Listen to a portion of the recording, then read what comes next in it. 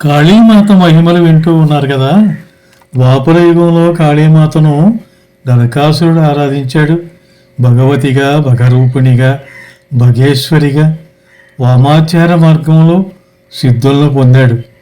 నరకాసురుడు ఎటువంటి ఫలితం లభించిందంటే, అతనికి మనసులో ఇష్టం లేనప్పటికీ 16,000 మంది రాజకుమార్తెలు నరకాసురుని వశమయ్యారు.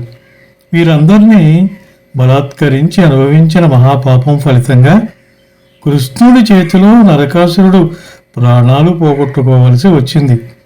సృష్టి ప్రారంభమై 199 కోట్ల సంవత్సరాలు గడిచాక జరిగినటువంటి మహాప్రళయం అనంతరం వచ్చినటువంటి తొలి అవతారమే హిరణ్యాక్ష సంహారానికి సంబంధించిన ఆదివరాహమూర్తి. ఆ శ్వేతవరాహుడు భూదేవిని ఆమె ఇష్టంపై అసుర సంధ్యా సమయంలో సంగమించిన కారణంగా ఆమె గర్భవతి అయింది. అప్పుడు జన్మించిన వాడే నరకుడు. భూదేవి గర్భం దాల్చినప్పటికీ ప్రసవించలేదు. అలా ఎందుకు జరిగిందో తెలుసా? ఒకసారి భరించలేని నొప్పులతో భూదేవి బాధపడుతూ ఉండగా విష్ణువు తన హస్త పద్మ స్పర్శతో ఆమె బాధను నివారించాడు. త్రేతాయుగంలో భూదేవి నరకుణ్ణి ప్రసవించింది. పెంచటానికి తీరిక లేక ఆ బాధ్యతను జనక మహారాజుకు అప్పగించింది.